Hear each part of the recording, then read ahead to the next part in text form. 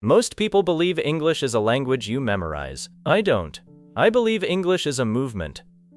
Think about tying your shoes. You don't stop to remember every step.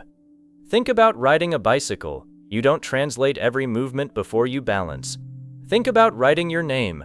Your hand simply knows what to do. Now ask yourself one question. Why doesn't your English work the same way? Because your English is still stored in your memory, not in your muscles.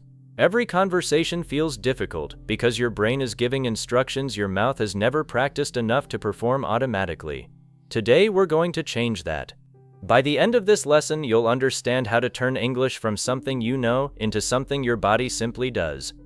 Don't just listen. Repeat every example aloud. Move your mouth. Feel every sentence. Because today, you're not studying English. You're building English into your body. Before we begin, subscribe to the channel, like this video, and write "English is becoming my habit" in the comments. Now let's begin. Point 1. Stop studying English only with your mind.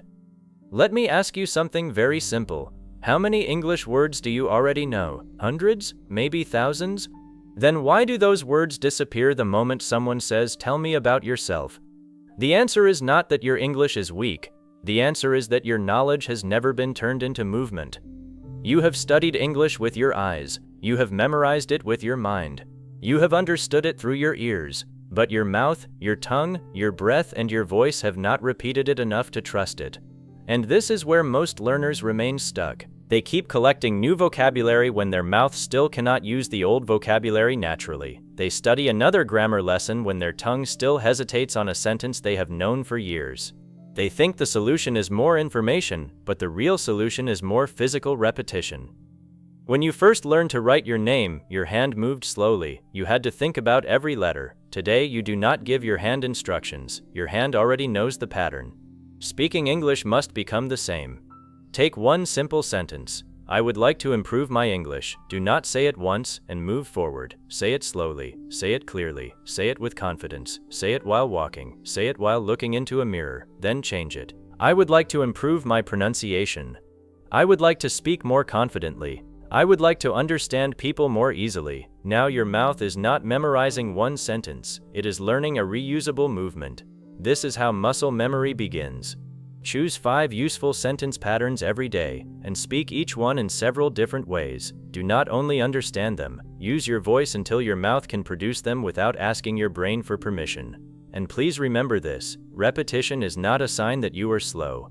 Repetition is how every difficult skill becomes natural. A dancer repeats the same movement. A musician repeats the same notes. An athlete repeats the same action. So why should an English learner expect fluency without repeating the movements of speech? From today, stop measuring your learning only by how much English you understand. Measure it by how much English your mouth can produce naturally. Because the language stored only in your mind may disappear under pressure, but the language stored in your muscles will rise when you need it. Point 2. Your mouth must repeat more than your eyes read. Have you ever noticed something surprising? You can read an English sentence perfectly. You understand every word. You even think, "That's easy." But the moment you close the book and try to say the same sentence, your mouth hesitates. Why? Because your eyes have practiced English far more than your mouth. Most learners spend years feeding their eyes. They read grammar books, they read subtitles, they read vocabulary lists, they read articles. Every day their eyes become stronger English learners, but their mouth receives almost no training. Imagine someone who watches hundreds of cooking videos but never enters a kitchen. They know every recipe, they recognize every ingredient, they understand every step, but when it is finally time to cook, their hands do not know what to do. English works exactly the same way. Reading teaches your brain, speaking teaches your body. If your mouth has never repeated a sentence 50 or 100 times, you cannot expect it to produce that sentence naturally under pressure. Your mouth is a physical instrument, just like a pianist trains their fingers, just like a football player trains their feet, just like a singer trains their voice. An English learner must train the muscles that create speech. That means your lips, your tongue, your jaw, your breathing, your voice. All of them must learn to move together until English feels automatic. From today, change the way you practice. When you find one useful sentence, do not read it 10 times. Speak it 10 times. Better yet, close the book after reading it once and let your mouth do the work. For example, take this sentence: I'm looking forward to meeting you. Say it slowly. Then again with a natural rhythm. Now look away and say it from memory. Then change one word. I'm looking forward to seeing you. Again, I'm looking forward to hearing from you. Again, I'm looking forward to starting my new job. Without realizing it, your mouth is building movement instead of memorizing words. This is exactly how muscle memory develops. Another powerful habit is reading aloud every single day. Not silently, out loud. When you read silently, only your eyes and your brain are working. When you read aloud, your eyes, brain, ears, breathing, tongue, lips, and voice are all working together. That is real English practice. Even 10 minutes of reading aloud every day can transform the way your mouth responds during conversations. There is another mistake many learners make. They stop repeating a sentence as soon as they can say it correctly once. But one correct repetition does not create muscle memory. Think about professional athletes. Do they stop practicing after one perfect shot? Do musicians stop after playing one perfect note? Of course not. They repeat the same movement hundreds and thousands of times until their body performs it automatically. Your English deserves the same discipline. Do not ask your mouth to perform under pressure if you have never trained it without pressure.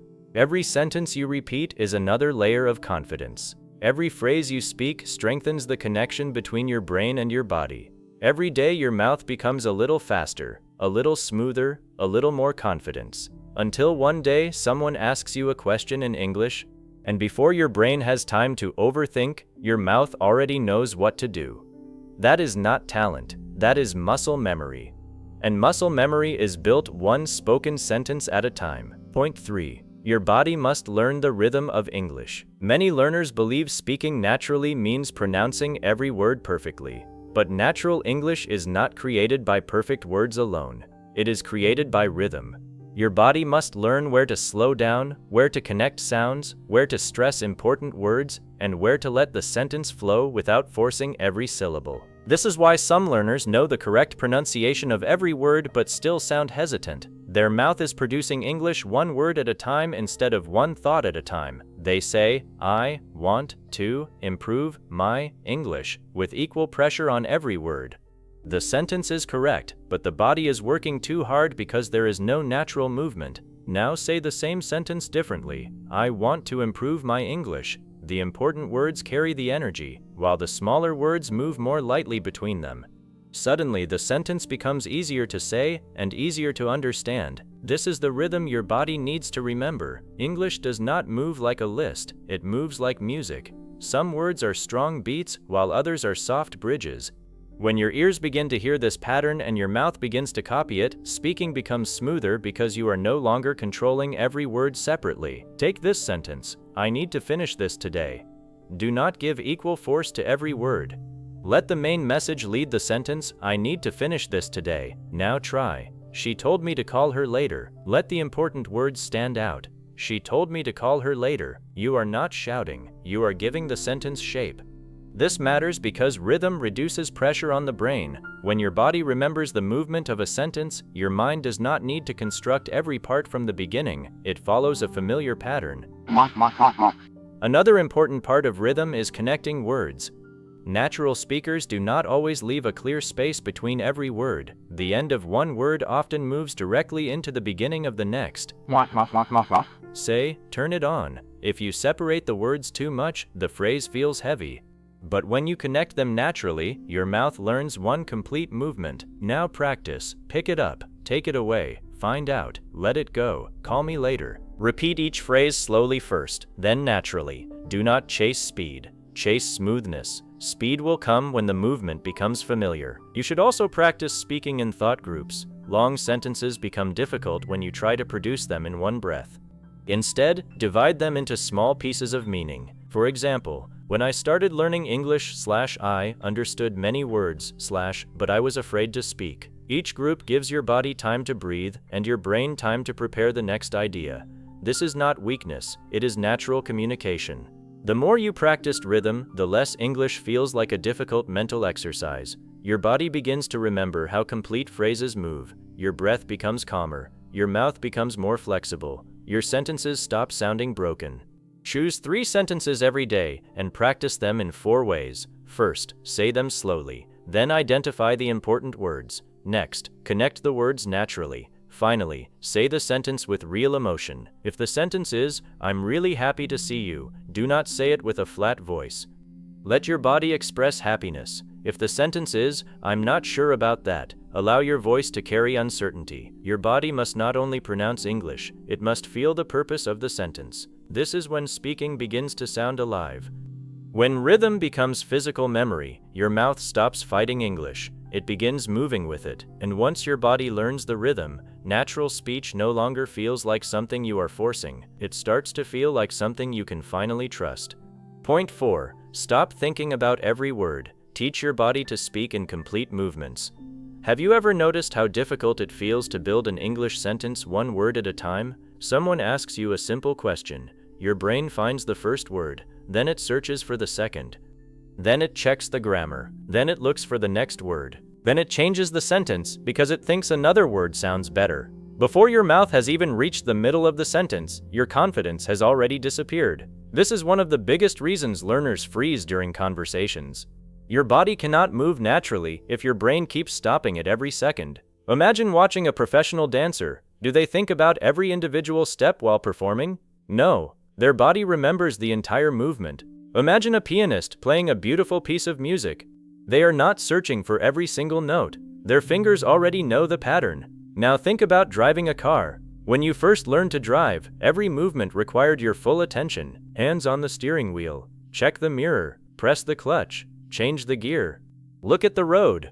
Everything felt difficult because every action was separate. But today, experienced drivers perform all of those actions without consciously thinking about each one. Their body has combined hundreds of small movements into one smooth habit. English speaking works exactly the same way. Many learners try to build conversations one vocabulary word at a time. Fluent speakers speak in complete movements. Instead of thinking, "I want to go home," their brain retrieves one complete thought, "I want to go home." That single movement is much faster than building the sentence piece by piece. This is why you must stop memorizing isolated words and begin training complete sentence patterns. For example, instead of learning only the word believe, learn the entire pattern. I believe that. Instead of memorizing important, learn the most important thing is. Instead of memorizing reason, learn the reason is that. Instead of learning opinion, learn in my opinion. Now your body is not searching for a starting point every time you speak. It already has one. Let's take another example. Someone asks, "Why are you learning English?" Many learners begin searching for vocabulary. Better speakers already have a movement prepared. The main reason is, now the difficult part is already finished. They simply complete the movement. The main reason is that I want more confidence. Or, the main reason is that I need English for my career. Or, the main reason is that I want to communicate with people around the world. Did you notice what happened? The sentence became easier because your body already knew how to begin. This is exactly how muscle memory develops. You should build a collection of sentence movements that you can use every day. For example, I've always wanted to. One thing I've learned is, the biggest challenge is, what helped me most was, I've realized that. The first step is, I used to think, now I understand that. Each one of these patterns can create hundreds of different sentences. Look at this movement. I've always wanted to. Now change only the ending. I've always wanted to travel. I've always wanted to speak English confidently. I've always wanted to study abroad. I've always wanted to start my own business. Your body is repeating one movement while your brain changes only one small idea. That is far easier than creating a completely new sentence every time. Another powerful exercise is called sentence expansion. Begin with a very small movement. I enjoy English. Now expand it. I enjoy learning English. Again. I enjoy learning English because it challenges me. Again. I enjoy learning English because it challenges me and helps me communicate with people from different countries. Again. I enjoy learning English because it challenges me and helps me communicate with people from different countries, and every conversation makes me more confident. Notice what happened. You never stopped speaking. You never started over. You simply added another movement. This is exactly how fluent speakers build long answers. They do not prepare an entire paragraph before opening their mouths. They build one movement, then another, until a complete conversation appears. There is another reason this method works so well. Your brain loves patterns.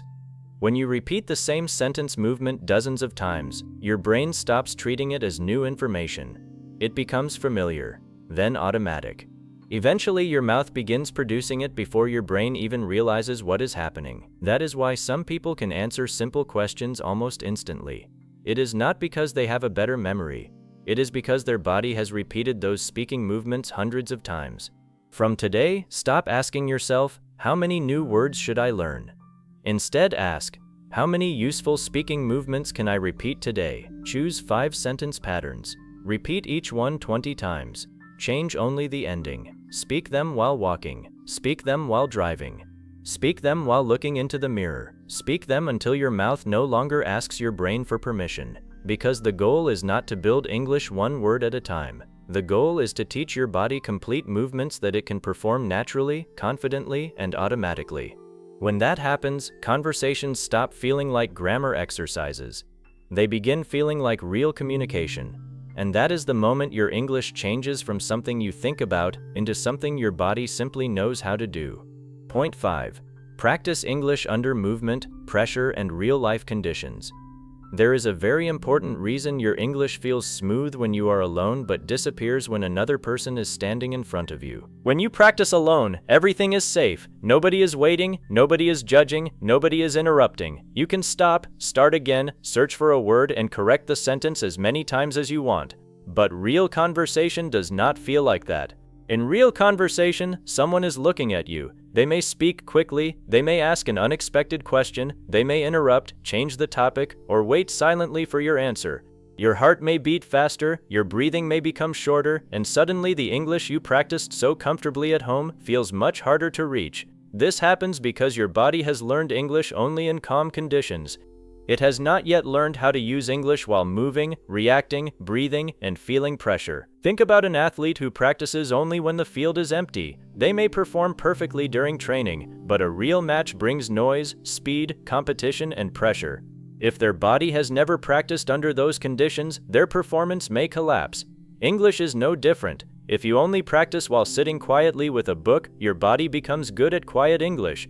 If you want to speak naturally in real conversations, you must also practice English in conditions that feel more like real life. Start by speaking while walking. Choose one simple topic and explain it as you move. Talk about your day, your plans, your work, your goals, or something you recently learned. Walking gives your body another task to manage, so your brain must learn to speak without controlling every word too carefully. At first, this may feel difficult. You may lose your sentence or forget what you wanted to say. Keep going. Do not stop every time the sentence becomes imperfect. The goal is to teach your body that English can continue even while you are doing something else. You can say, "Today I have several things to do. First, I need to finish my work. After that, I want to practice English for 30 minutes. Later, I may go outside and meet a friend." Keep the language simple, but keep the movement alive. Another powerful exercise is speaking while using your hands naturally. Many learners become physically frozen when they speak English. Their shoulders become tense, their arms stay still, and their entire body behaves as if it is facing danger. This physical tension sends a message to the brain: something is wrong. So open your posture, relax your shoulders, use your hands when you explain an idea, look forward instead of down. Let your face respond to the meaning of the sentence. Your body affects your voice. When your body is closed, your voice becomes smaller. When your breathing is tight, your sentences become shorter. When your jaw is tense, pronunciation becomes harder. When your posture is confident, your voice receives more space. This does not mean you need to act like someone else. It means you should stop forcing your body into fear while asking your voice to sound confident. Now practice English with a little time pressure. Ask yourself a question and begin answering within 3 seconds. What is one thing you want to improve? Do not wait for the perfect answer. Begin. One thing I want to improve is, then complete it. One thing I want to improve is my speaking confidence because I often hesitate during conversations. Now ask, what did you learn recently? Begin within 3 seconds. I recently learned that. Then continue. I recently learned that repetition is more important than constantly learning new words. The 3-second rule teaches your body to move before overthinking takes control. Your first sentence does not need to be brilliant, it only needs to begin. Once the mouth begins, the brain often follows. This is a lesson many learners never understand. They think the brain must prepare everything before the mouth can move. In reality, the mouth can help the brain discover the answer. You begin with a familiar pattern. I think, in my experience, the main reason is, one thing I have noticed is, while you are saying those first words, your brain gains time to organize the next idea. That is not cheating, that is natural conversation. Now let us make the practice more realistic.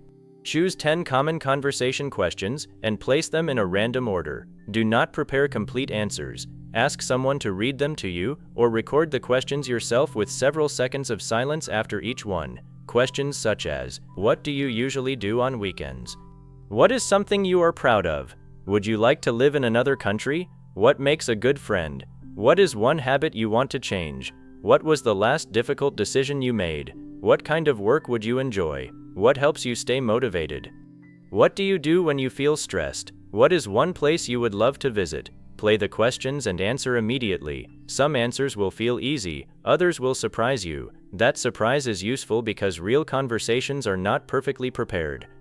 When an answer becomes difficult, do not remain silent. Use a holding phrase. That is an interesting question. I have never thought about that before. Let me think for a moment. I am not completely sure, but... These phrases protect the conversation while giving your brain time to work. A strong speaker is not someone who always has an instant perfect answer. A strong speaker is someone who knows how to stay inside the conversation while thinking. You should also practice with interruptions. Begin telling a short story.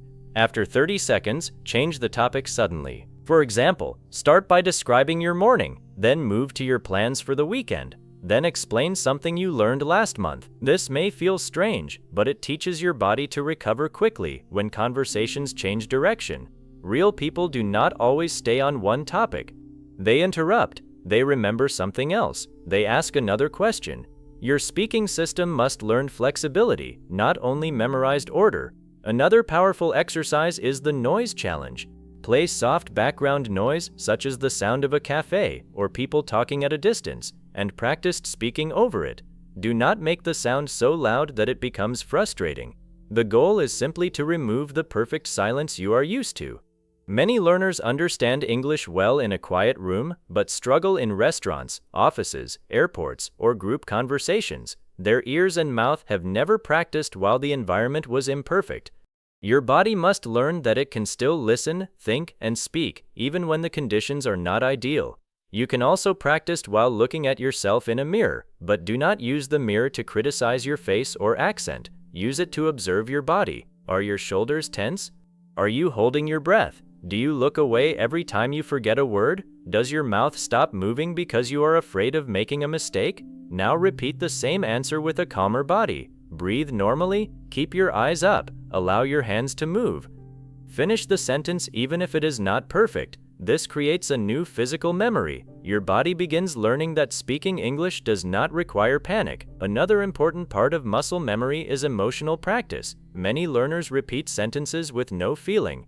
They say happy sentences with a flat voice, serious sentences with no energy, and questions that sound like statements. Their mouth learns the words, but not the real movement of communication. Take the sentence, I am so happy to hear that. Say it with real happiness. Now say, I am sorry that happened to you. Allow your voice to become softer. Now say, I am not sure I agree. Keep your voice calm but clear. Now say, are you serious? Let your voice express surprise. Your body must learn how English changes with emotion. Real conversations are not only vocabulary and grammar. They are reactions, intentions, feelings, and energy. If your body remembers only the words, your speech may still feel unnatural. If it remembers the emotion, the sentence becomes alive. Practice the same sentence with several emotions. Take, I did not expect that. Say it with surprise. Say it with disappointment. Say it with happiness. Say it with anger. The words remain the same, but your voice and body change the meaning. This teaches your speaking system flexibility. You should also learn how to recover after a mistake without stopping. Suppose you say, "I went there on Monday. Sorry, I mean Tuesday." Continue. Or, "She worked there. She works there and she really enjoys it." Continue. Or, "I was very boring. Sorry, I was very bored." Continue. Do not restart the entire answer. Do not apologize for 10 seconds. Do not allow one mistake to destroy your rhythm. Recovery is part of fluency. A fluent body is not a body that never makes mistakes. It is a body that knows how to move through mistakes without freezing. Practice recovery deliberately. Tell a story and correct one small detail while speaking. "I met him last year. Actually, it was 2 years ago. The meeting started at 8. No, it started at 9. I bought 3 books. Sorry, I bought 4. This gives your mouth a physical pattern for correction. Later, when a real mistake happens, your body already knows how to handle it. Another challenge is the 1-minute no-stop exercise. Choose a simple topic and speak for 1 minute without becoming silent. You may repeat yourself. You may use simple language. You may pause briefly to breathe, but do not end the practice because one word is missing. If you forget a word, describe it. If you forget umbrella, say, "the thing we use when it rains." If you forget pharmacy, say, "the place where we buy medicine." If you forget appointment, say, "a planned meeting at a certain time." This is a powerful skill because real communication does not depend on remembering every exact word. It depends on keeping meaning alive. The moment you learn to explain a missing word, your fear begins to decrease. You realize, "I do not need every word to continue. I can use the English I already have. I can find another path." This confidence changes the entire experience of speaking.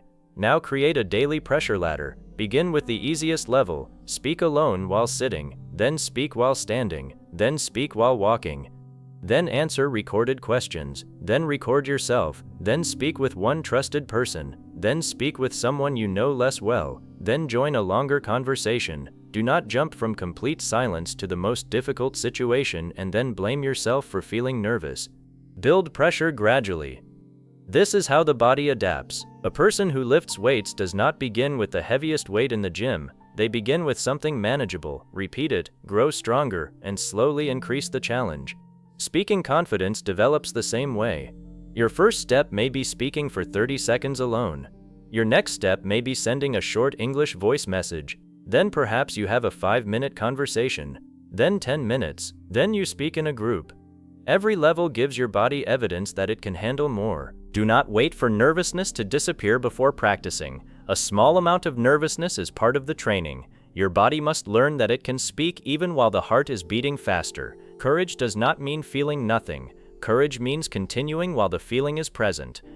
The most important rule is this: do not judge your English during the performance. When you are practicing under pressure, your job is to continue. Review the mistakes afterward. If you correct and criticize every sentence while speaking, your brain will return to overthinking.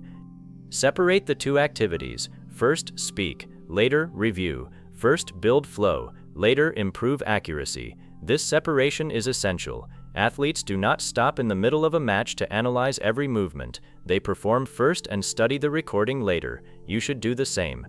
Record a 2-minute answer. Finish it completely. Then listen once and choose only one thing to improve. Perhaps your pauses are too long. Perhaps your voice becomes too quiet. Perhaps you repeat the same word too often. Perhaps your pronunciation is unclear in one sentence. Choose one area. Do not attack yourself with 20 corrections. Progress grows through focused improvement, not constant self-criticism.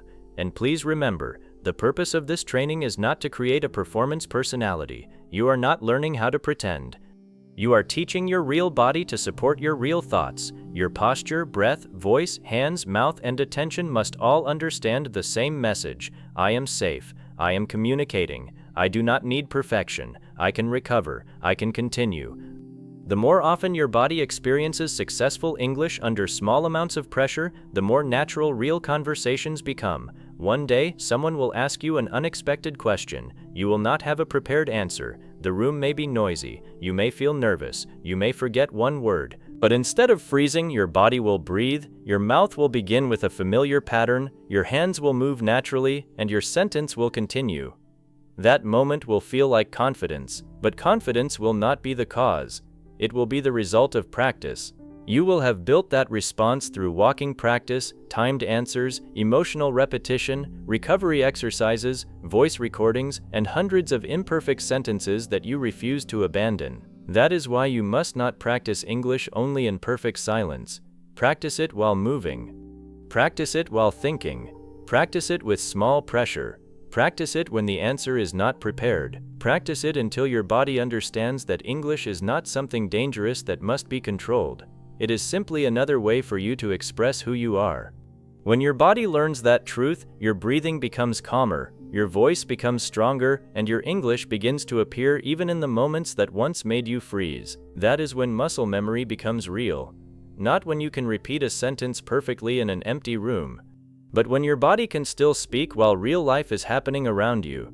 Point 6. Build an English reflex that responds before fear can stop you. There is a stage in English learning where understanding is no longer the main problem. You understand the question, you know enough vocabulary, and you can create a good answer when you are given time. Yet real conversations still feel difficult because your English arrives several seconds too late. The words appear after the other person has already repeated the question, changed the subject, or begun wondering whether you understood them.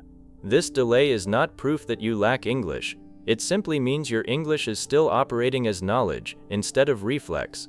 Knowledge waits for instructions. Reflex responds. When someone throws a ball toward you, you do not calculate the speed, examine the angle, and prepare a written plan for catching it. Your eyes see the ball, your body reacts, and your hands move before conscious thought has time to explain what is happening. That quick reaction was not created in one moment. It was built through repetition until the brain and body learned how to respond together.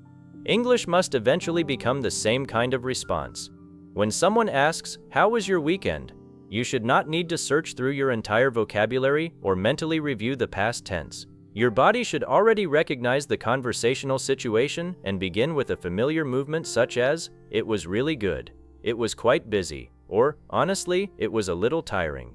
The complete answer may not be ready yet, but the opening should appear naturally. That first movement keeps the conversation alive while your brain prepares the rest. This is what an English reflex looks like. It does not mean speaking without intelligence or thought. It means that the basic movements of speaking have become automatic enough to support your thoughts instead of interrupting them. Most learners never reach this stage because they practice English too carefully. They read each sentence slowly, repeat it once, check the pronunciation, and then move to something new. Their practice is organized, but it never becomes fast enough, varied enough, or alive enough to create reflex. Muscle memory requires more than correct repetition. It requires repeated contact with the same language under changing conditions. Take a simple response such as, "That sounds like a good idea." Many learners repeat it once or twice and believe they have learned it. But knowing the sentence is not the same as owning it. To turn that sentence into reflex, you must use it in different situations. Someone suggests meeting earlier. That sounds like a good idea. Someone recommends a new learning method. That sounds like a good idea. Someone says, "Why don't we practice together?" That sounds like a good idea. Someone suggests taking a short break. That sounds like a good idea. Now change the emotion. Say it with excitement. Say it calmly. Say it politely. Say it as if you are still uncertain. Say it while standing. Say it while walking. Say it after hearing a question. Say it without reading. Say it at natural speed. The sentence is no longer a line from a textbook. It is becoming a response your body can use whenever the situation appears. That is how reflex grows. The phrase becomes connected not only to words but to meaning, emotion, timing, and physical movement. Your brain begins recognizing the moment before consciously searching for the language. This is what fluent speakers do constantly. They hear a situation, not just a collection of words. When they hear good news, a response appears. That's wonderful. I'm so happy for you. That must feel amazing. When they hear a problem, another family of responses becomes available. That sounds difficult. What are you going to do? I hope things improve soon. When they hear uncertainty, their body already knows how to respond. I understand. Take your time. You don't have to decide immediately. Fluent conversation is built from thousands of these small response families. The speaker does not create every sentence from nothing. Their brain recognizes the situation and activates familiar language. You can build the same ability, but you must stop practicing sentences only as sentences. Practice them as reactions. Choose a common conversational situation, such as agreeing with someone. Instead of learning one complicated answer, build several natural responses. I completely agree. That makes sense. You're absolutely right. I was thinking the same thing. That's exactly how I see it. Now imagine different people saying different things. A friend says, practicing every day is better than studying once a week. Respond immediately. I completely agree. A colleague says, we should finish the difficult part first. Respond, that makes sense. A teacher says, mistakes are necessary for improvement. Respond, you're absolutely right. Do not give yourself 30 seconds to prepare. Hear the meaning and release the response. Then practice disagreement. I understand your point, but I see it differently. I'm not sure I agree. That may be true, although there is another side. I agree with part of what you said. Now connect these responses to situations. Someone says, grammar is the only thing that matters in English. You answer, I'm not sure I agree. Grammar is important, but speaking practice matters too. Someone says, adults cannot become fluent. You answer, I understand your point, but I see it differently. Adults may learn differently, but they can still improve enormously. Someone says, you should never speak until your English is perfect. You answer, that may sound safe, but waiting for perfection prevents real practice. You are not memorizing a speech. You are building a family of movements your body can select according to meaning. This is an important distinction. Memorization gives you one fixed path. Reflex gives you several flexible paths. A memorized answer works only when the question appears exactly as expected. A reflex helps you respond even when the words change. Suppose you have memorized an answer to the question, why are you learning English? If someone asks the exact question, you may answer well. But what happens if they ask, what made you start learning English? What is your main reason for improving English? How would better English change your life? A learner who memorized only one question may freeze because the wording changed. A learner who has built a meaning-based reflex recognizes that all three questions are asking about motivation. Their body begins with a familiar pattern. The main reason is, I started because. For me, English is important because. This is why your practice must include variation. Take one question and express it in several ways. What do you do for work? What kind of work do you do? Where do you work? Tell me about your job. What is your professional background? The language changes, but the conversational purpose remains similar. Then practice several possible beginnings. I work in. My job involves. At the moment I'm working as. I've been working in this field for. My main responsibilities include. Your brain begins learning the meaning behind the question rather than depending on one exact sentence. That is a major turning point. You stop listening like a student waiting for familiar textbook words. You begin listening like a communicator who understands what the other person wants. Now let us go deeper. An English reflex is built through three connected systems: recognition, initiation, and continuation. Recognition means your brain understands the kind of moment you are in. Is someone asking for an opinion, sharing good news, explaining a problem, inviting you somewhere, disagreeing with you, asking for help? Your ear recognizes the situation. Initiation means your mouth knows how to begin. For an opinion, I think, in my experience. The way I see it. For good news, that's wonderful. I'm happy to hear that. For a problem, that sounds difficult. What happened? For an invitation, I'd love to. That sounds great. I'm not sure I can, but. For disagreement, I understand your point, but I see it a little differently. Continuation means you know how to add another useful piece after the first sentence. This is where many learners struggle. They can begin, but then their English stops.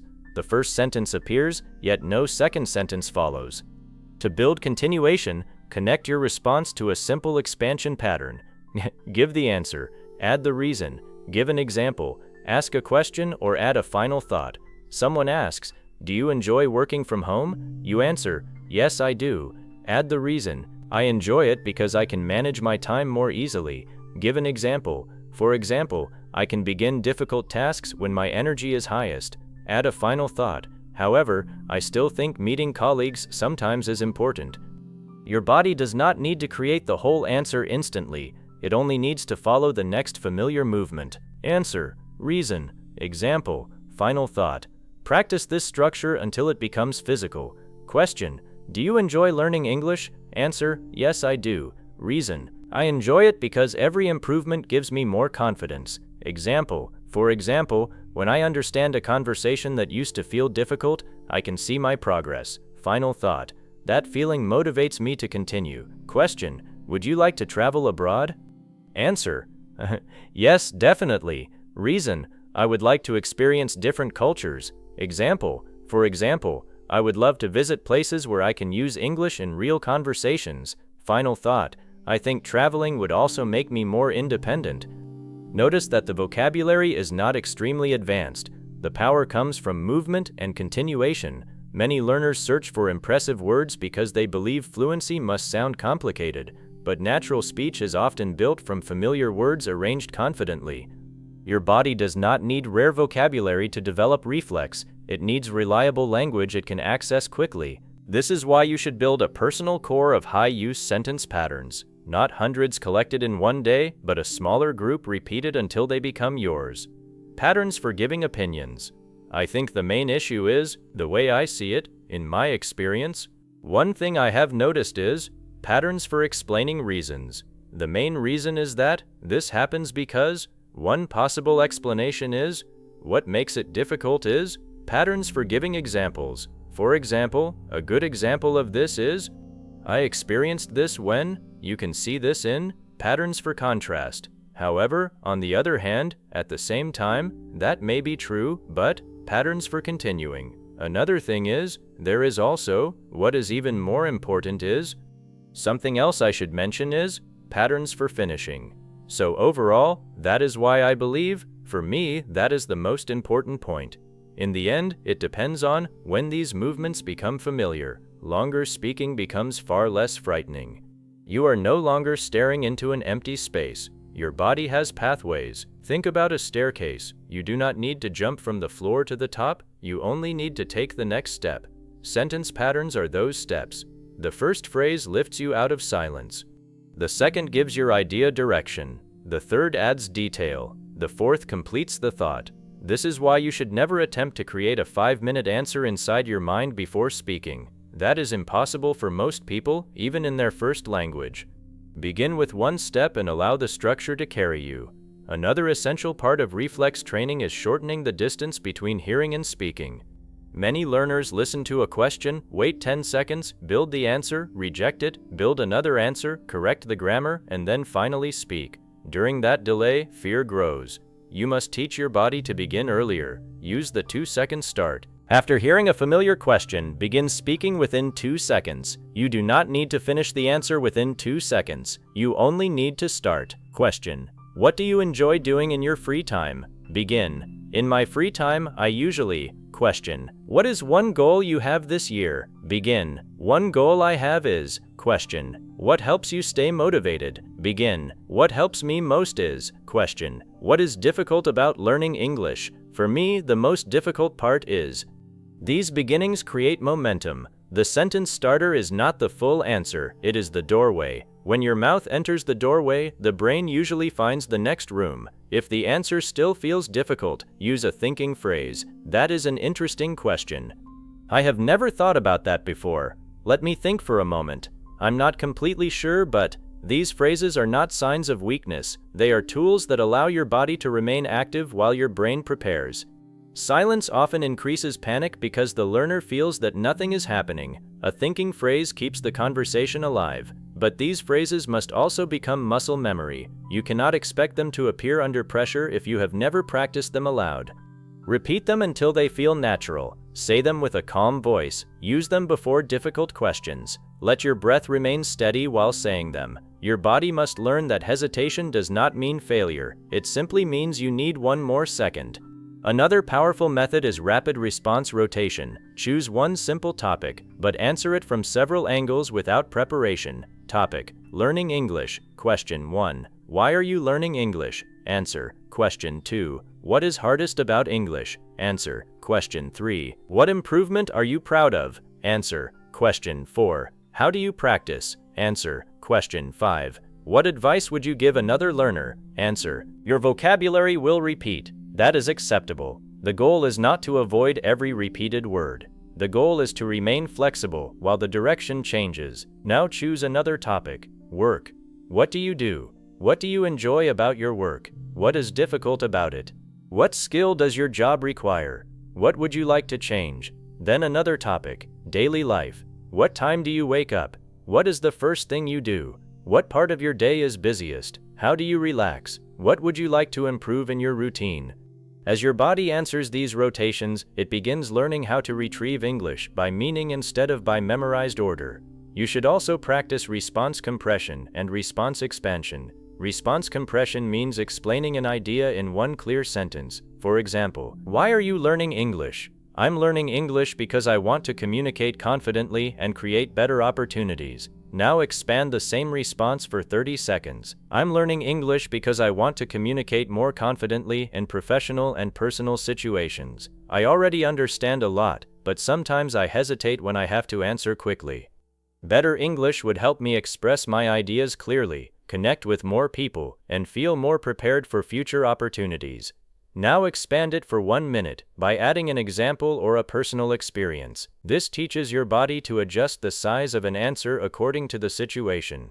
Sometimes a conversation needs one sentence. Sometimes it needs a short explanation. Sometimes you need to speak for several minutes. A strong English reflex is not only fast, it is adaptable. Another powerful exercise is the answer transformation method. Start with one basic answer. I enjoy reading. Transform it into the past. I enjoyed reading when I was younger. Transform it into the future. I want to read more next year. Add a reason. I enjoy reading because it helps me relax. Add contrast. I enjoy reading, but I do not always have enough time. Add an example. I especially enjoy books about personal development. Add a question. What kind of books do you enjoy? One simple idea becomes several speaking movements. You are teaching your body that language can bend and change without breaking. This is much more valuable than memorizing one perfect answer. Real conversation will always change something. The time, person, emotion, topic, or question may be different. Your muscle memory must be flexible enough to adapt. You can also use replacement drills. Take the pattern. I used to feel nervous when. Complete it. I used to feel nervous when speaking English. Replace one part. I used to feel nervous when meeting new people. Again. I used to feel nervous when giving presentations. Again. I used to feel nervous when answering unexpected questions. Then change the ending. But now I feel more prepared. But practice has made it easier. But I have learned how to stay calm. But I no longer expect perfection. These drills may feel simple, but simplicity is exactly what makes them powerful. Your mouth can focus on movement, because the grammar pattern remains stable. A musician does not practice only complete concerts. They repeat scales. An athlete does not play only full matches. They repeat essential movements. A speaker must also practice the basic patterns that make communication possible. There is another layer of reflex that many learners ignore: listening response. Your body cannot respond quickly if your ears are waiting for every word to be perfectly clear. In real English, some sounds are reduced. Words connect and speakers use different accents. You may miss a small word or phrase. If your mind stops at every missing sound, your response will never begin. You must learn to respond to the main meaning. Suppose someone says, "I was planning to come yesterday, but something unexpected happened at work, so I had to stay late." Perhaps you miss one phrase, but you understand that work prevented the person from coming. You can respond, "Oh, I understand. Was everything okay at work?" You do not need 100% comprehension to participate. Or someone says, "I've been feeling a little overwhelmed lately because I have several deadlines." You understand the emotion and general reason. Respond, "That sounds stressful. Do you have anyone who can help you?" Your response comes from meaning, not perfect word collection. This is essential because natural conversation never gives you complete control. Your body must learn to act with enough understanding rather than waiting for perfect certainty. You should also build clarification reflexes.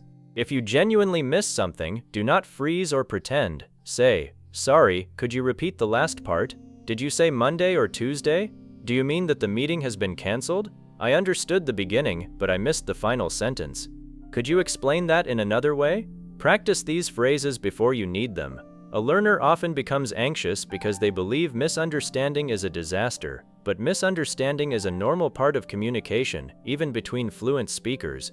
The real skill is not understanding everything immediately. The skill is knowing what to do when understanding is incomplete. When your body has a clarification reflex, panic decreases because you always have another move available. Think of conversation like a path through a forest. You do not need to see the entire journey, you only need to know the next safe step. If you understand, respond. If you partly understand, confirm. If you do not understand, ask. If you forget a word, describe it. If you make a mistake, correct it briefly. If your sentence breaks, restart it. Your body always has a next move. This is what removes fear. Fear grows when the brain believes one mistake will end everything. Reflex training teaches you that the conversation can continue through many different paths. Let us talk about sentence recovery because this is one of the strongest forms of muscle memory. Suppose you begin a sentence and lose control. What I wanted to say is that when people sometimes, many learners continue struggling inside the broken sentence until they become completely lost. Instead, stop and use a recovery phrase. Let me say that more clearly. Then begin again. People often become nervous because they are afraid of being judged. Or say, what I mean is, the main point is, let me explain it another way. These phrases give you permission to release the damaged sentence and create a new one. Practice recovery deliberately. Begin explaining an idea, stop halfway, and restart calmly. I think the reason let me explain that differently. Many learners freeze because they try to control every word. The biggest problem is when, what I mean is, pressure makes simple English harder to retrieve. This may feel artificial during practice, but it creates a valuable physical response. Later, when your sentence breaks in real life, your mouth already knows how to rebuild it. Your body must also learn how to continue after interruption. Ask a friend to interrupt you with a simple question while you are explaining something. Answer briefly, then return to your original point using phrases such as I was saying, to return to my point. Before that, I was explaining. What I wanted to add was, real conversations contain interruptions. Someone may ask for clarification, add a comment, or suddenly change direction. If your English exists only as one memorized line, any interruption can destroy it. Reflex creates flexibility. You can leave the path, respond, and return. Another advanced exercise is the surprise word challenge. Choose a topic and ask someone to give you a random word while you speak. You must connect that word naturally to your explanation. Suppose your topic is learning English and the random word is travel. You might say, learning English can also make traveling easier because you can ask for information, communicate with hotel staff, and meet people from different countries. The next word is confidence. You continue. Every successful conversation builds confidence, and that confidence makes the next conversation easier. The next word is mistake. You say, mistakes are part of the process because they show you what still needs practice. This exercise forces your body to adapt without stopping. It teaches you that you do not need complete preparation to produce useful language. Begin slowly. Use easy topics and familiar words. The goal is not performance. The goal is flexibility. You can also practice story reflexes. Many conversations involve telling what happened. Build a simple story structure your body can remember. Set the scene. Describe the problem. Explain what happened next. Give the result. Share what you learned. For example, last week I had an important meeting at work. I was nervous because I had to speak English in front of several people. At first I spoke too quickly and forgot one point, but I paused, looked at my notes, and continued. The meeting went better than I expected, and I learned that one small mistake does not destroy the entire presentation. This structure can be used for hundreds of experiences: a difficult journey, a new job, an embarrassing mistake, a successful conversation, a lesson you learned, a challenge you overcame. When the story framework becomes automatic, your body can focus on the details. Again, this is the secret of muscle memory. Reduce the number of decisions your brain must make under pressure. You do not memorize the exact story, you internalize the path. Beginning, problem, action, result, lesson. Then you fill that path with your own experience. Another essential part of reflex training is daily frequency. One long session cannot replace regular contact. Your body learns through repeated signals over time. Speaking for 3 hours on Sunday and remaining silent for the rest of the week is less effective than speaking for 20 focused minutes every day. The body needs reminders. This movement matters. This phrase is useful. This response should remain available. Create several small speaking moments throughout the day. In the morning, answer 3 questions aloud. While walking, describe what you see. After listening to a video, summarize it. Before sleeping, explain one thing you learned. These small sessions keep the pathways active. Your goal is not exhaustion, it is consistency. You do not need to force yourself through hundreds of difficult sentences in one sitting. Choose useful language, repeat it intelligently, vary it, and return to it tomorrow. Muscle memory grows when repetition is spaced across time. Today you practice. I'm not completely sure, but tomorrow, use it in 3 different answers. 2 days later, use it in a conversation. Next week, use it again without reading. Each return makes the phrase more stable. Do not always chase something new. Revisit what you want your body to keep. There is a dangerous habit in modern learning. People consume endless lessons because new information feels exciting. But automatic speaking is often built through the less exciting work of returning to familiar patterns until they become effortless. The learner who repeats useful English will eventually outperform the learner who only collects it.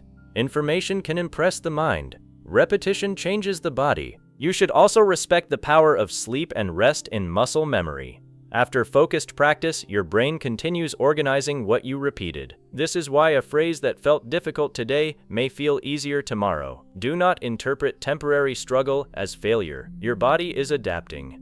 Some movements need several days. Some pronunciations need several weeks. Some speaking fears need many successful experiences before they become smaller. Stay patient. Growth is happening even when it does not feel dramatic. Record the same 1-minute answer once a week. Do not record it every hour. Give yourself time to improve naturally. On the first week, you may pause frequently. On the second, the beginning may become smoother. On the third, your voice may sound stronger. On the fourth, you may add details without planning. These small changes are evidence that your body is learning. Compare yourself with your earlier performance, not with a professional speaker who has spent years developing their voice. Your goal is not to become another person. Your goal is to make your own English more available, more natural, and more confident. There is also a powerful connection between emotional safety and reflex. When you constantly insult yourself after mistakes, your body associates English with danger. Every practice session becomes a judgment. Every recording becomes evidence against you. Every conversation feels like a threat. A threatened body does not move freely, so change the language you use with yourself. Do not say, "My English is terrible." Say, "My English is developing." Do not say, "I always freeze." Say, "I am learning how to continue." Do not say, "I cannot speak naturally." Say, "My body needs more repetition." Do not say, "I made too many mistakes." Say, "I found the next areas to practice." This is not empty positivity, it is intelligent training. A musician would not destroy the instrument after one wrong note. An athlete would not abandon the sport after one poor performance. They review, adjust, and repeat. Treat your speaking system with the same discipline and respect. Pressure may help in small amounts, but shame rarely creates healthy improvement. Your body learns faster when it feels challenged but safe. Build that environment. Practice with supportive people. Choose content that is difficult but understandable. Record yourself without attacking your voice. Correct one issue at a time. Celebrate completed responses, not only perfect ones. Every time you finish a thought, you strengthen continuation. Every time you respond quickly, you strengthen initiation. Every time you understand the purpose of a question, you strengthen recognition. Every time you recover from a mistake, you strengthen resilience. Every time you ask for clarification, you strengthen communication. These are all parts of the English reflex. One day the transformation will reveal itself in an ordinary moment. Someone will ask you an unexpected question. Perhaps they will ask about your work, your opinion, your plans, or your experience. You may not know the perfect answer, but your body will not collapse. Your ears will recognize the purpose. Your mouth will begin with a familiar phrase. Your breath will remain steady. Your hands may move naturally. Your first sentence will create the second. You may forget one word and explain it differently. You may make one mistake and correct it without panic. You may ask a question back and keep the conversation alive. Afterward, you will realize that you did not control every movement. You trusted the system you had built. That is the moment English becomes more than knowledge. It becomes part of you, not because your brain stopped thinking, but because your body stopped interrupting every thought. Not because you learned every possible sentence, but because you built enough flexible patterns to handle unfamiliar situations. Not because fear disappeared forever, but because your response became stronger than your fear. This is the real purpose of muscle memory. It is not robotic repetition. It is freedom. Freedom from building every sentence from the beginning. Freedom from waiting for perfect confidence. Freedom from believing one mistake can destroy a conversation. Freedom from translating every thought before speaking. Freedom to listen, understand, respond, adjust, and continue. So do not practice English only until you remember it. Practice until your mouth recognizes it. Practice until your breath supports it. Practice until your voice carries it. Practice until your body responds before overthinking begins. Build the recognition, build the beginning, build the continuation, build the recovery, build the reflex. Because when the English response becomes part of your body, fear may still knock on the door, but your voice will already be speaking before fear has a chance to enter. Point 7. Live in English until your body stops treating it as a foreign language. There comes a moment in every learner's journey when another grammar lesson is no longer the answer. Another list of vocabulary will not solve the real problem. Another hour of passive listening will not suddenly make the mouth respond naturally. At that stage, the challenge is not learning English. The challenge is making English familiar to your body. Your body speaks most naturally in the language it experiences most often. It trusts the sounds it hears every day, the sentence patterns it repeats regularly, and the responses it uses in real situations. Anything unfamiliar demands more effort. Anything familiar begins to feel automatic. This is why English can still feel difficult even after years of study. You may know the language academically, but your body still experiences it only during lessons. It enters English for an hour, then returns to your first language for the rest of the day. The next time you speak, your mouth must enter an unfamiliar world again. To create muscle memory, English must stop being only a subject you visit. It must become a small but consistent part of the way you live. This does not mean you must abandon your first language or speak English every second. It means creating enough English moments throughout your day that your body stops reacting as if speaking is a rare performance. When you wake up, give your mind its first simple instruction in English. Today, I need to finish my work. I want to practice speaking for 20 minutes. I am going to stay calm and complete my sentences. Do not translate these thoughts. Connect them directly to your plans. While getting ready, describe what you are doing. I am choosing what to wear. I need to leave in 10 minutes. I cannot forget my phone. The weather looks warm today. These sentences may seem too easy, but that is exactly why they are valuable. Muscle memory begins with language your body can repeat without struggle. A pianist does not develop control by playing only the most difficult pieces. They practice simple movements until precision becomes automatic. Your English body needs the same foundation. During the day, replace silent thoughts with short English thoughts whenever possible. When you feel tired, think, I need a short break. When something goes well, think, that worked better than I expected. When you make a mistake, think, I will try that again. When you face a decision, think, what is the best option? These small thoughts create a direct connection between experience and English. You are no longer translating a complete idea after it has already formed. English becomes part of the moment itself. This is one of the most powerful ways to make the language automatic. Your body learns through association. When the same English phrase appears repeatedly during the same kind of experience, your brain begins connecting the phrase directly to that moment. You feel uncertain, and the phrase "I'm not completely sure" appears. You need time, and your mouth says, let me think for a moment. You hear good news, and the response, that's wonderful, rises naturally. You disagree politely, and your body reaches for I understand your point, but this is how language becomes instinctive. The situation begins calling the sentence forward. Many learners make one serious mistake. They practice only formal, perfect English. They learn sentences they would never actually use in daily life, while ignoring the small expressions real conversation requires. But natural speaking is built from ordinary language. I didn't expect that. That makes sense. I'll think about it. I'm running a little late. I'm not used to this yet. Could you explain that again? I know what you mean. I'm glad you told me. These phrases may not look impressive in a notebook, but they are extremely valuable in real communication. They allow your body to respond quickly because they solve common conversational needs. Build your daily English around usefulness, not difficulty. Ask yourself which sentences you repeatedly need but cannot produce fast enough. Perhaps you need language for meetings, travel, phone calls, social conversations, or explaining your ideas.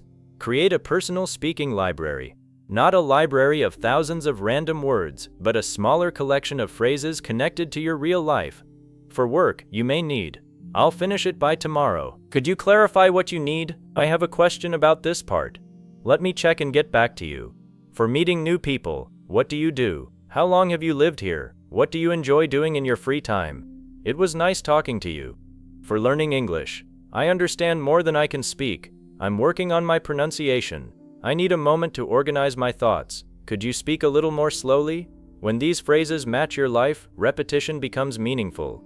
Your brain remembers them because it sees where they belong. This is an important difference. Muscle memory does not grow from repetition alone. It grows faster when repetition is connected to purpose. A sentence repeated without meaning may remain mechanical. A sentence used during a real moment becomes part of your identity as a speaker. So create real reasons to use English. Send yourself a voice note describing your day. Record a 2-minute opinion about something you watched. Explain a problem aloud before trying to solve it. Speak to an online conversation partner. Leave a short English comment. Ask and answer questions while walking. Retell a conversation you had earlier. These actions give your English a life outside the lesson. Your body begins learning that English is not something you perform only when a teacher asks. It is a tool you can choose whenever you want to express an idea. You should also create a daily English switch. Choose one small activity that will always happen in English. Perhaps your morning planning, evening reflection, daily walk, or first 10 minutes after lunch. During that activity, use only English as much as possible. Suppose your English switch is your evening walk. During the walk, describe your day, make tomorrow's plan, explain one problem, and give yourself advice. You might say, "Today was busy because I had several tasks to finish. The most difficult part was staying focused in the afternoon. Tomorrow, I want to begin with the hardest task before checking my messages. I also need to practice English earlier because I often postpone it until I am tired." This is real speaking practice because the message belongs to you. You are not repeating someone else's life. You are giving your own experience an English voice. At first, you may use the same vocabulary repeatedly. That is not a failure. Repetition is exactly what makes the language automatic. Do not force yourself to replace every simple word with an advanced one. Your first goal is flow. Once your body can express the idea comfortably, you can gradually improve the vocabulary. Many learners destroy their natural progress because they are embarrassed by simple English. They believe fluency means constantly using difficult expressions, but simple English is the ground on which advanced English stands. A confident sentence such as, "I disagree because the plan is too expensive," is more useful than a complicated sentence you cannot finish. Muscle memory needs successful completion. Every finished thought teaches your body to continue. Every unfinished, overcomplicated sentence teaches it to fear the next attempt. Build complexity slowly. Start with, "I enjoyed the meeting." Then add a reason. "I enjoyed the meeting because everyone shared useful ideas." Then add contrast. "I enjoyed the meeting although it lasted longer than I expected." Then add reflection. "I enjoyed the meeting because everyone shared useful ideas, although it lasted longer than I expected." Next time, I think we should prepare a clearer schedule. Your body learns how thoughts grow. This is much stronger than memorizing a long paragraph and hoping it fits a future conversation. You should also learn to repeat your real life in English. At the end of the day, choose one moment and retell it. Perhaps you missed a bus. You can say, "This morning I left home later than usual. When I reached the bus stop, the bus was already leaving. I had to wait for the next one, so I arrived at work 15 minutes late. I felt frustrated, but it reminded me to prepare earlier tomorrow." The experience gives you a natural structure. What happened? How did you react? What was the result? What did you learn? When you retell real events, your brain connects English to memory, emotion, and physical experience. That connection is much stronger than memorizing disconnected examples. Repeat the same story again the next day, but tell it more clearly. Add one detail. Improve one transition. use one stronger expression. The story becomes easier because your body has already traveled through it once. This is intelligent repetition. You are not repeating mechanically. You are refining a meaningful speaking movement. Another powerful practice is future rehearsal. Before an English conversation, imagine what may happen and speak through it aloud. If you have a meeting, practice, "Good morning, everyone. I'd like to give a quick update. The main issue we are facing is," one possible solution would be, "Does anyone have a question?" If you have an interview, practice, "Thank you for giving me this opportunity. My experience has taught me, one of my strengths is, I'm interested in this role because," if you are traveling, practice, "Could you tell me where the platform is? I have a reservation under this name. Is breakfast included? What time does the bus leave?" You cannot predict everything, but rehearsal gives your body familiar starting points. When the real situation arrives, it no longer feels completely new. This is exactly what athletes, speakers, performers, and professionals do. They rehearse important movements before pressure appears. Your English deserves the same preparation, but do not rehearse only perfect situations. Also rehearse problems. What will you say if you misunderstand? Sorry, could you repeat that? What will you say if you need time? Let me think for a moment. What will you say if you forget a word? I don't remember the exact word, but it means. What will you say if your sentence becomes unclear? Let me explain that another way. What will you say if you make a mistake? Sorry, I meant. These recovery movements are essential. Your body becomes confident not because it believes everything will be perfect, but because it knows what to do when things are imperfect. That is true confidence. It is not, "I will never make a mistake." It is, "A mistake cannot stop me." It is not, "I will understand every word." It is, "I know how to ask for clarification." It is not, "I will always feel calm." It is, "I can speak even when I feel nervous." When your body knows how to recover, fear loses much of its power. Another way to make English physical is to connect phrases with actions.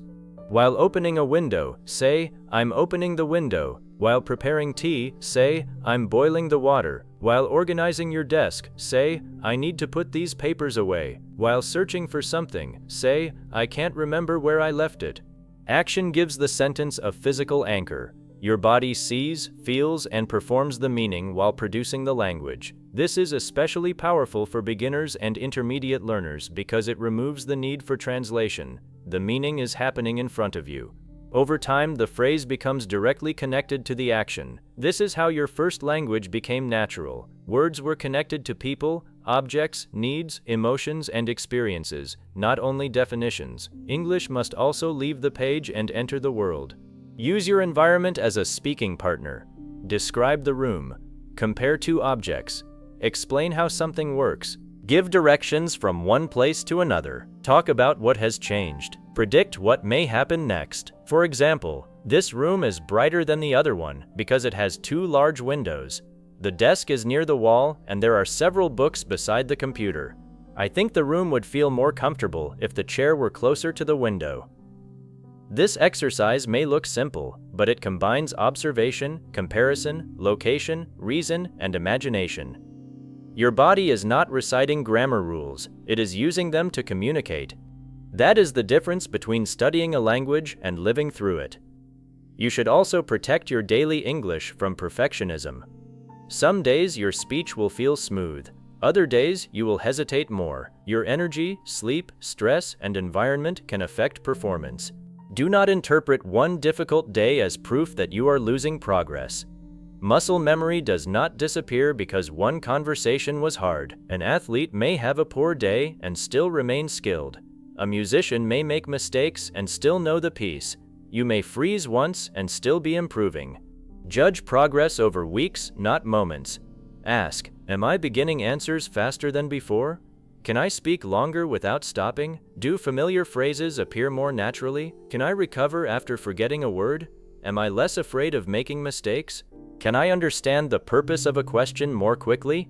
These are real signs of growth. Do not measure only accent, speed, or perfect grammar. Natural speaking includes flexibility, recovery, comfort, and continuation. You should also celebrate ordinary English victories. Perhaps you answered a question without translating. Perhaps you used a phrase you had practiced. Perhaps you asked for clarification instead of pretending. Perhaps you spoke for 2 minutes without giving up. Perhaps someone understood you immediately. Do not dismiss these moments because they seem small. Muscle memory is built from small, successful movements repeated over time. Confidence is your brain remembering evidence. Every success tells it, my mouth can do this, my body knows this pattern, I can survive this situation. English is becoming familiar. The stronger that evidence becomes, the less energy your body spends protecting you. Your shoulders relax, your breathing improves, your voice becomes clearer, your thoughts travel more directly into speech. This is why consistency matters more than intensity. Do not wait for a free weekend to practice for 5 hours. Build English into moments that already exist.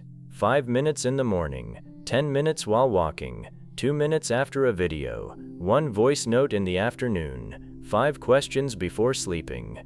These small sessions may not feel dramatic, but they send your body the same message every day. English is normal. English belongs here. I use English regularly.